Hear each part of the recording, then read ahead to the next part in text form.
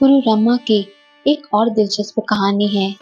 गुरु रम्मा की बड़ी इच्छा थी कि बिल्लभ मंगल स्वामी जी उनके घर आकर श्री कृष्ण की पूजा करें। स्वामी जी ने एक शुभ दिन देखकर अम्मा के घर में पूजा करने का वादा किया। यह जानकर उनके पड़ोसन को जलन हुई और उसने स्वामी जी को किसी तरह मना लिया कि अम्मा के घर न जाकर वे उनके घर में पूजा करने आए। इस बात से अनजान अम्मा बेचारी पूजा वाले दिन बड़े सवेरे उठकर पास के तालाब में स्नान कर जब घर लौट रही थी, तब पड़ोसन ने अम्मा का उपहास करते हुए कहा कि स्वामी जी आपके घर नहीं, मेरे घर पर पूजा करने आ रहे हैं। यह बात सुनकर अम्मा का दिल टूट गया और वह घर जाकर खूब रोई। जब उन्हीं ने अम्मा से उनकी परेशानी का कारण पूछा, तो अम्मा ने सारी घटना उसे बताई। तब उन्नी बोला, फिक्र मत करो अम्मा, आज स्वामी जी हमारे घर पर ही पूजा करेंगे।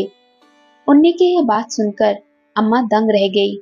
अम्मा काफी थकी हुई लग रही थी, तो उन्नी ने उन्हें थोड़ी देर आराम करने को कहा और आश्वस्त किया कि वे चिंता न करे, पूजा की सारी तैयारियां वो खुद कर लेगा। उन दिनों ऐसा रिवाज था कि गुरुदेव के आगमन के पूर्व उनके शिष्य शंख फूंककर अपने गुरु के आगमन की सूचना दिया करते थे। पर उस दिन हुआ यूं कि जब स्वामी जी अम्मा के पड़ोसन के घर पूजा करने के लिए चलने लगे, तो शंख ठीक तरह से बजा नहीं और उसमें से कुछ अजीब आवाजें निकलने लगी। स्वामी जी को यह कुछ अपशकुन सा लगा और तब उन्हें तुरंत कुरूरम्मा को किए गए वादे की याद आई। तो जैसे ही उन्होंने कुरूर इल्लम जाकर पूजा करने का निर्णय लिया, शंख सही तरीके से बजने लगा और उसकी मधुर ध्वनि से सारा परिसर गूंज उठा। प्राचीन समय में ऐसी प्रथा थी कि एक ब्राह्मण स्त्री अपने पति के अलावा किसी पर पुरुष से वार्तालाप नहीं करती थी।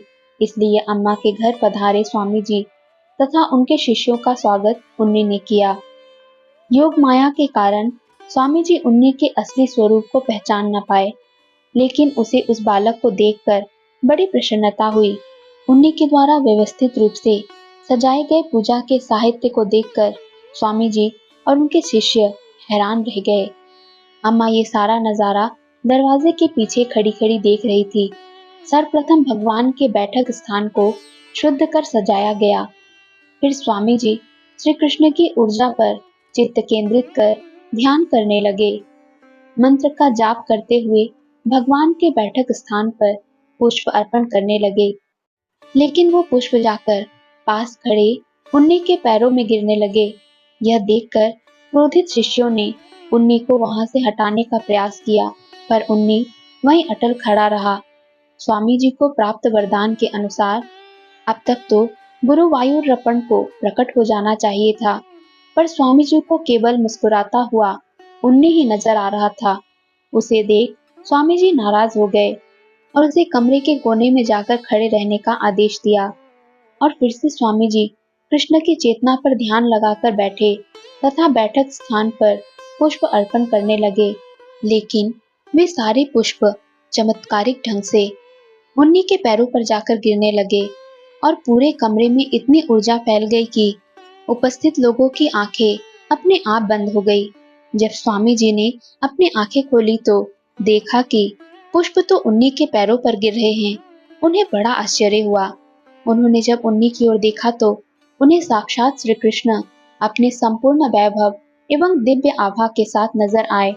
स्वामी जी समझ गए कि गुरु रम्मा के घर पर रहने वाला बालक और कोई नहीं बल्कि साक्षात गुरु वायुरप्पण ही है। तो वे तुरंत उन्हीं के सामने नतमस्तक होने के लिए झुके। उन्हीं ने उन्हें रोक लिया और धीरे से कहा, मैं थोड़े दिन और गुरु रम्मा का उन्नी बनकर रहना चाहता हूँ। अभी इस राज को राज ही रहने दें। भाव विभोर स्वामी जी ने इस बात का समर्थन किया।